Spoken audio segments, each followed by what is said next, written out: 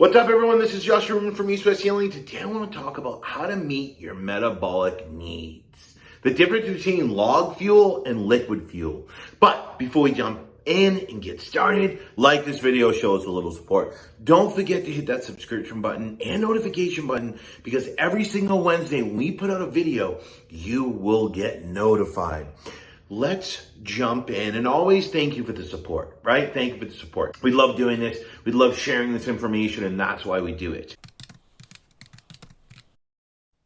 This is not super scientific. This is not going to be your scientific, biochemistry, biology-based approach. This is more clinically based on what we see what's going on in the industry, and what we see what's going on with the people we talk to, and what we see with the clients that we're working with. Now, within the pro-metabolic community, right, what we're trying to do is really meet our metabolic needs and fuel our cells so we can produce energy and produce antioxidants so our body can work the way it's designed to work. That's really the simple definition. But as always, somewhere along the lines, there's a lot of people that get pushed off the path. And before we know it, gummies, marshmallows, maple syrup, sugar, candy, ice cream, all these things become foods, and they become part of what is pro-metabolic. No, I completely disagree with it. Completely disagree with it. First of all, they're treats. Right? A treat is a treat. I'm not saying you can't have them. I'm not saying if you want a marshmallow that you make with collagen, or gummies you make with collagen and sugar, or ice cream or brownies that are gluten-free and healthy, that you can't eat them, right? But the problem is people are overeating them, and they're wondering why they're gaining weight. Well, it's really simple, because as I mentioned before, when you come into most diets, especially this one, because carbs are promoted, right? Most people, because of chronic stress, are in some sort of insulin-resistant state. And remember, chronic stress, these hormones are going to desensitize the insulin receptor. They're going to kind of affect glucose transport proteins like GLUT4. So it's going to affect how insulin, or I should say sugar, gets in the cell. You get more sugar in your blood than in the cell, which of course causes weight gain. Right? So when most people coming in, they shouldn't go gung-ho with carbs. They need to be carbs here, protein, fat. And then as they heal over time, that can switch. So carbs are up here, protein and fat down here. But that for some people can take 6 to 12 months, right? Because essentially it would to push ourselves from an insulin resistant state to an insulin sensitive state. How? Decreasing stress, free up the receptor sites, allow for the glucose transport protein to get glucose in the cells so we can use it to produce energy for a thyroid hormone. The list goes on, right? So it's about the state of our system. But the problem is you overdo these treats. Number one, they're not dense in nutrients, right? They contain sugar and collagen. That's it. The sugar has no nutrients, no minerals, no fat-soluble vitamins. The collagen has amino acids, no minerals, no fat-soluble vitamins. And let's say you use 4 to 5 to 6 tablespoons to make the recipe. You eat one marshmallow, you're probably getting a quarter tablespoon. You're getting maybe 3 to 6 grams of protein with all that sugar. It's ridiculous. Now, of course, if you go on a hike and you need them, great. I don't see the need, because you can pack some jerky and an apple and you're good to go. You can pack some sardines, some oysters, some tuna fish, and that's canned and easy to use, and a piece of fruit. It's much healthier. It's much nutrient dense. It's got minerals. It's got fat soluble vitamins. It's about meeting our body's needs. So I guess the first thing is, most people are taking in liquid fuel. They're taking in sticks, as we call them, or paper, and they're wondering why they have to eat every 1 hour to 2 hours and chase their blood sugar. They're wondering why they're having these instabilities in their blood sugar. They're wondering why they're hungry all day and they can never meet their metabolic needs, and they need 6 to 7, meals a day and a nighttime snack. It's because we're putting sticks and paper on the fire.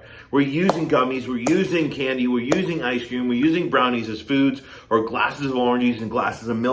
And this is liquid fuel. It's going to create a fire, but it's going to be gone in a few minutes, right? Log fuel is eating the metabolic proteins like the whitefish, the shellfish, the fatty fish, the eggs and the organ meats and the muscle meats and things like that. It's denser. It's eating the fruits and the roots and the winter squashes. They're denser. They're going to create a longer burn. They're going to create more stability, right? They're going to give us that long burn in the fire that we're looking for. And we're going to be here versus here. Right? So all those things, the liquid fuel, there's no nutrient dense to them, and they create a lot of instability in the system. I think the last thing I want to say about this is when you talk about meeting your needs, or when you talk about health, it's about meeting your needs. What's working for me, right? Because everyone's different. And what isn't, and how do I change that and create more support around that to create a better life to support my physiology, right? Because remember, our experiences shape our biology, right? So when people jump in and they start gravitating towards these things and the protocols, and I need milk, and I need orange juice, and I need the liquid, and I need the treats, because it's going to fuel my cells, we're missing this awareness piece, right? And if we don't create awareness, we can't create change, because we don't know what to change to meet our metabolic needs. Because all we're doing is saying, well, I'm going to eat these because everyone says I should eat them, right? But when we really step back, would we do that with our kids? No. If we really looked at them, we'd see there's no nutrients really involved in them.